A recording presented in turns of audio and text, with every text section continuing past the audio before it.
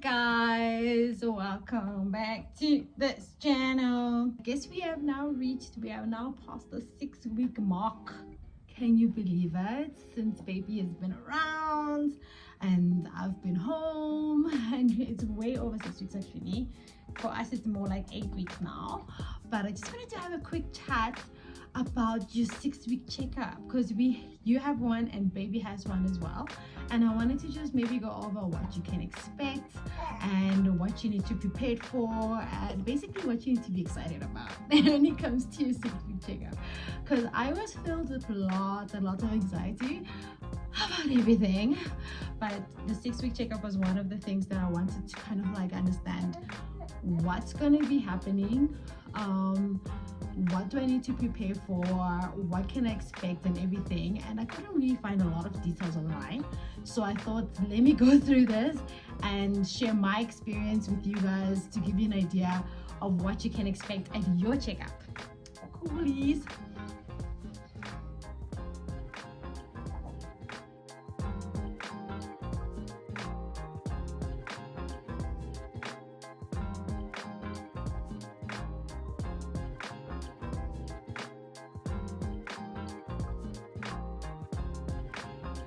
Hi guys, so for those that are new here, my name is Tumi and I am now a mother of 3. Imagine that, a mother of 3 amazing babies. And basically what you can expect from my videos is about mom life, basically lifestyle and all those kind of things. So if you're new here, welcome, and if you've been here before, thank you so much for continuing to watch my videos. I really appreciate, and I really love your support, and thank you so much. But definitely there's lots to talk about when it comes to mom life and baby and everything, so keep a lookout on all my videos. And you can also look at all the videos that I've posted about things that might be helpful to you, so check them out. And obviously please like, share and subscribe, because the support is really much appreciated, and thank you guys. So let's talk about, we're going to start off on baby's end in terms of what you can expect with their 6-week checkup. So basically, I think the biggest part I was so excited about is knowing how much he weighs, because I have had quite a journey with him when it comes to his weight, because he was really underweight when he was born, and obviously gaining weight. Shame he's got hiccups. So obviously I was really excited to see how much he weighs, because I saw like he's getting bigger. I'll actually post a picture of him when he was wearing this exact outfit when he was leaving the hospital. It was basically a dress, because his feet came up to here. That's how tiny he was. And this is a newborn, is it? I think it is newborn size. Yes, this is a newborn size what do you call this, jumpsuit. So I was really like so bummed to see how big it was on him, but I'm so excited to see how much he's grown into it now. Look at that. And he's wearing a little bit of 0 to 3 months as well, of which I'm so happy about. Mwah! I don't want to kiss you with my makeups. No, I don't want to do that. So I'm really happy that he's put on so much healthy weight and he looks good and stuff like that. So I really wanted to know on the scale what's the difference between the last time where he went for his 1st week checkup and when he left the hospital. He weighed about 2.2, and I was like, is the breast milk doing the thing? So I was so excited to see how much he weighs now, because I can see obviously that he's put on a lot of weight and he's grown quite a lot, but it's always nice to know what the numbers look like. So there was the one thing I was really excited about. I was definitely nervous about the injection, because the first 2 injections that he gets, I can't remember the names, but I will make sure that I mention it in the comments below. I did ask the nurse, I just can't find the paper that I wrote it down on. So they give him 2 different injections, one on each leg. I was so anxious to be like, oh my gosh, he's gonna be crying and all that kind of things, and I don't want to deal with a crying baby in public. And I was like, I don't want him to be like stressed or anything like that. And when you get that injection, there is a possibility of baby getting a fever and so forth. So I was so like, oh no, I hope that doesn't happen. And he didn't catch a fever. He was pretty good. He did cry, obviously, but not as much as I thought he would. So the consultation basically starts off with him getting weighed, measured and everything. And just to talk about his weight, he's now like a whopping 4.8. Okay, so my boy is growing big. You're a big boy now. Yeah. So he's going very well. I'm so excited. So he's tracking very well in terms of his growth chart. So I was very happy about to see that. And so I'm just like looking at the growth chart. Is he on track? Where is, I think that's every mom's like kind of like stress. Is he on par with where he needs to be or where she needs to be? So I was really happy to see that he's definitely on track to where he needs to be at his 6 weeks. Of course, for him it was more or less 7 weeks because we did go a little bit late for his immunization, but nonetheless it went really well. So they measure his weight, they check his height, they check obviously in terms of stool, they ask you questions around that, on what the stool looks like and how often. But it's not a huge deal if baby doesn't pass stool every day apparently. So baby can pass stool like once or twice in a day, and sometimes once or twice a few times within a week apparently. So you don't need to be completely so worried about them passing stool every day or with every feed. But at the moment he's like on and off.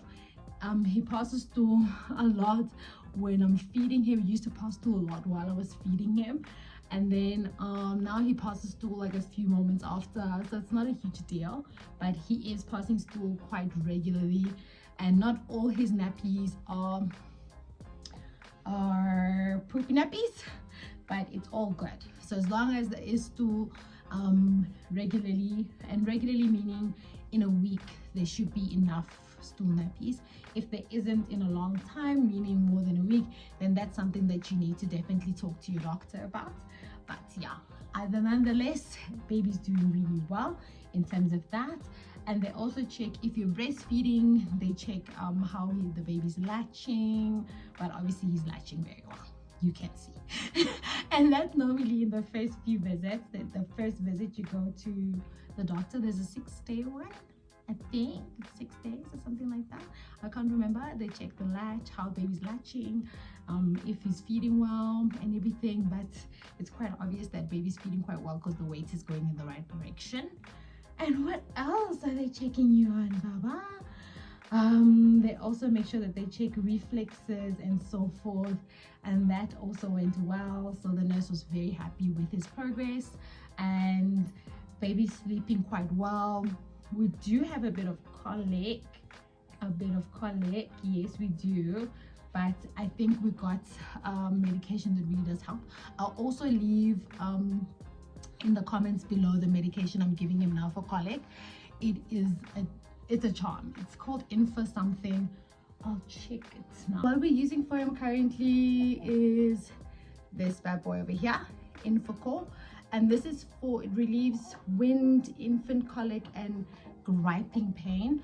I must say it has been the one product that I can definitely vouch for. I've tried gripe water, I've tried in colic drops and so forth. That didn't really work. It worked momentarily, but it didn't keep the pain, the griping pain away. And once I started using this, a huge difference. He's pooing much easier. He's definitely having much more relief when it comes to wind. And look at him, he's like relaxed. He's been sitting like this for the past 30 minutes, wide awake, and he hasn't been complaining about any discomfort or anything like that, of which is why I vouch for it. So you should definitely get it and try it for your baby, and I hope it works for your baby, because you know babies are different and they take on things differently. So I really hope it does work for your baby if you want to try something for colic for your little one. So yes, so that's basically it. And one of the things that you need to, so we are going to be doing his immunizations with DTaP Clinic, which I think is really the best option for me right now, and I've used that clinic for all of my other children as well, making it sound like I have 100 children. For both my kids, I've taken them to this clinic for the immunizations, and I'm very happy with their service, and I'm really happy with basically the medication and everything. So I'm going to do that with him as well. I've been doing that with him as well. And what you just need to make sure you have, sorry, I had something to eat. What you need to make sure you have is baby's ID number and his immunization book, and that's basically it. And you sign in, you go in, make sure you make a booking, because the queue can be a little bit hectic if you haven't made a booking. So just call in ahead of time, make a booking. It will save you a lot of stress. So definitely DTaP clinic is one of the clinics I recommend, but you can go to any other clinic and have fun there. Okay, so and now let's talk about, so that's about it when it comes to your 6-week checkup for baby. And exciting times. I'm really excited for the next one. After that is the 10-week checkup. So once you leave the clinic, you definitely need to make a booking for the next one, which will be after they do the 6-week immunization. The next one will be their 10-week immunization, and then there's different viruses that they give them then. So once you've booked, when you leave, make sure you book for your 10-week so that you can make sure that it's done and you have that scheduled.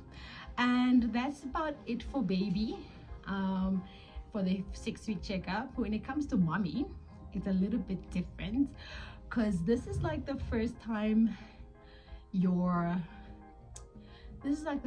since giving birth that your womanly parts are going to be vandalized slightly again. And I say that because it differs from mom to mom based on how you gave birth. So if you did C-section, obviously now they're checking your stitches, making sure that you're healing well in terms of your incision and so forth. And for natural mommies, if you did get stitches, if you tore, they check that as well to make sure that you're healing well from those stitches and everything like that. But I really felt like I could not recall what to expect for my 6-week checkup, because it's been like, sorry, I'm bouncing. It's like it's like second nature. Every time I'm holding baby, I just automatically start bouncing to calm him, and he's not even crying or anything, but I just don't know why. Anyways, are you winking at me? Are you winking? What are you doing? Anyway, so I couldn't really recall what to expect, so I was like, okay, let me do this, and then I'm gonna share with you guys, just in case you're wondering what happens. You can like find out from me.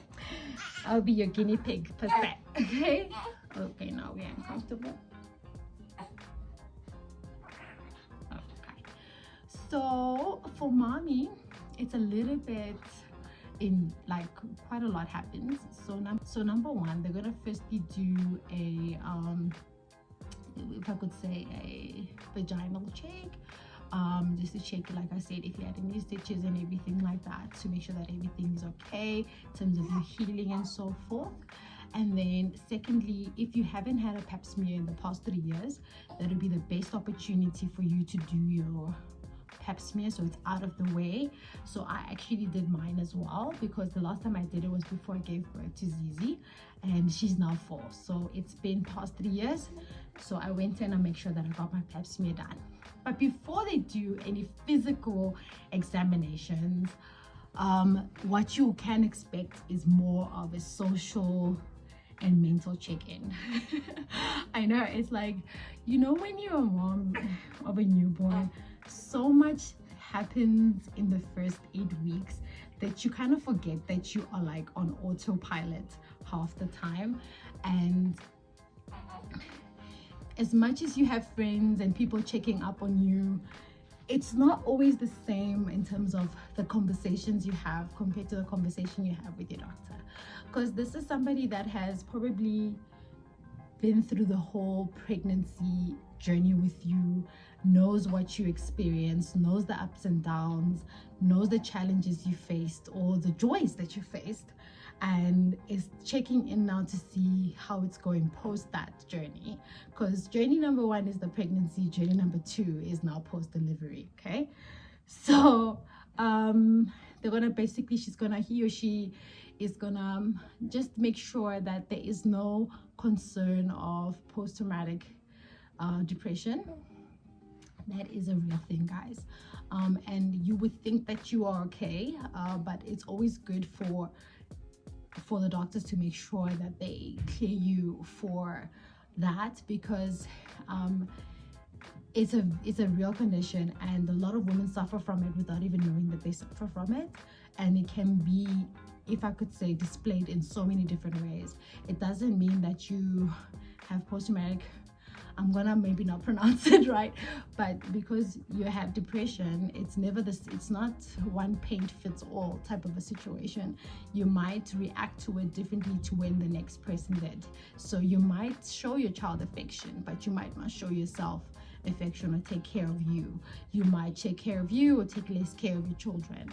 Or when you have other children, you might be, if I could say, expressing that kind of depression towards them, or your partner, or your family. So it always comes in different waves and in different ways. So your doctor's there to make sure there aren't any signs of that. So you're going to be asked quite a lot of questions about life, about your journey now, and how it's been in the past 6 to 8 weeks with baby. What has been the ups, what has been the downs, what do you need the most support on. I literally cried, guys. I was crying because it was a big one, because she asked a lot about before I gave birth, what happened, how it went, the delivery, what was the biggest scare, what was the biggest yay.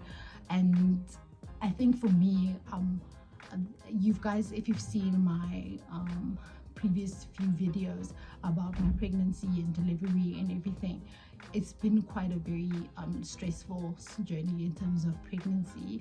But I think now, post-pregnancy, having baby here, things have been so much better. Things have been so much easier for me mentally, emotionally. I've received so much support from my family and my partner as well.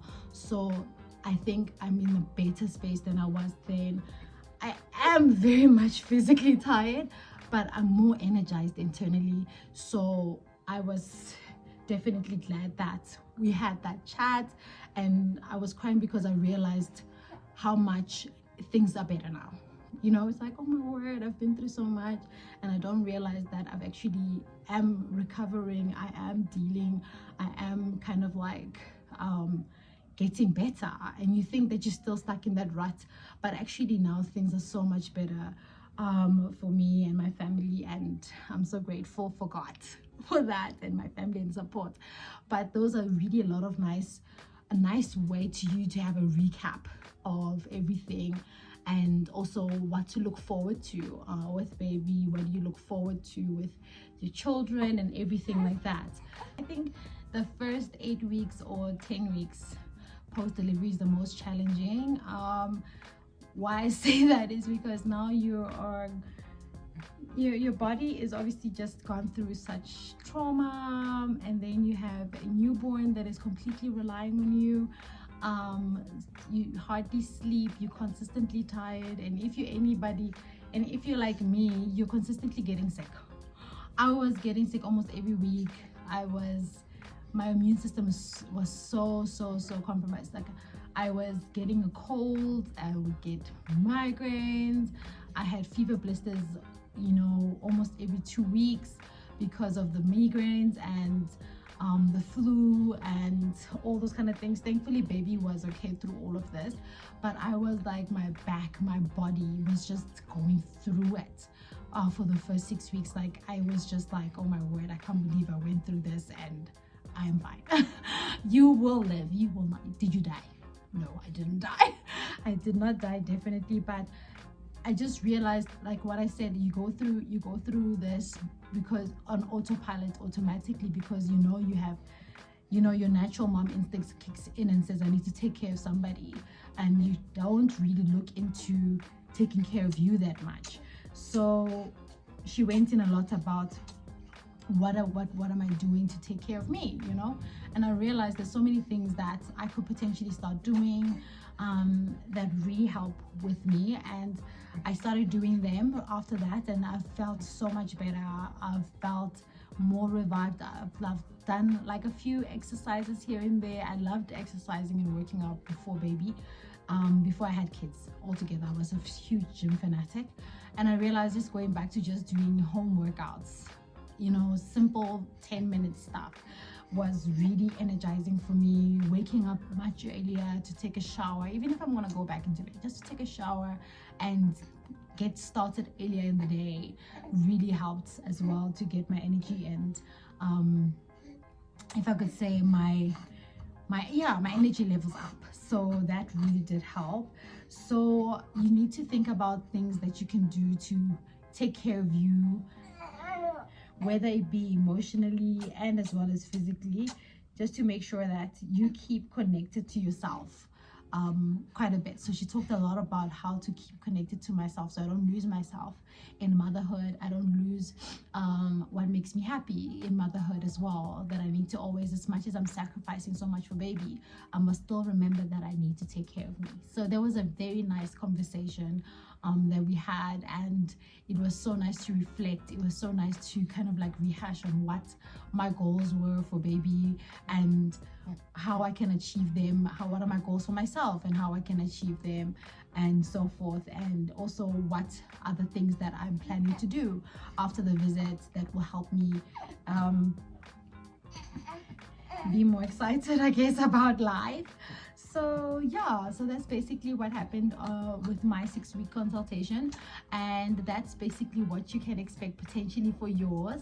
So let me know, guys, about your 6-week consultations. I think it's different with every country and possibly different with every doctor, but that's what happened on my side, and I really appreciated the time that we had. We had a nice chat. I felt like I was having like a nice chat with a friend about what is up with life, you know, and it was really refreshing. It was really nice, and I was able to cry without feeling guilty about it.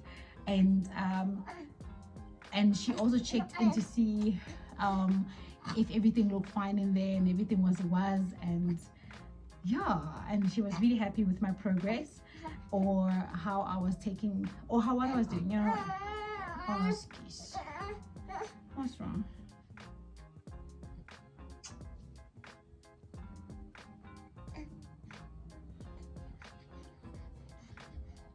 And how it's going with the breastfeeding, because guys, your boobs are sore, your back is sore, you're not sleeping. It's just lit in the first 8 weeks, but I think if you go past that, you will be fine. So can't wait to give you guys an update on our next immunization and our next checkup with doctor, and I will give you guys an update. Can't wait to give you an update on baby's new milestones and what I think you guys will need for the first 3 months of baby. We're almost there, because we're now at the 2-month mark, and there's a couple of things that I really think I didn't need that I actually do now. And I can't wait to update you guys on that and share my list of recommendations and so forth. And thank you guys for watching. Please do like and share this video with your friends that are also maybe just given birth, just had a baby, and don't forget to interact below and leave a comment and share what happened with your 6-week checkup. And please, if you can, share this video with some of your friends that have just given birth, so they can understand what to expect and what to do when it comes to their 6-week checkup. And basically, let's have a chat about it. I promise, I will respond. Yeah, we will. I promise. Yeah? We will respond to your comments and I'll definitely reply. I think you're just tired, right? And don't forget to hit the like and subscribe button. See you guys next time. Cheers.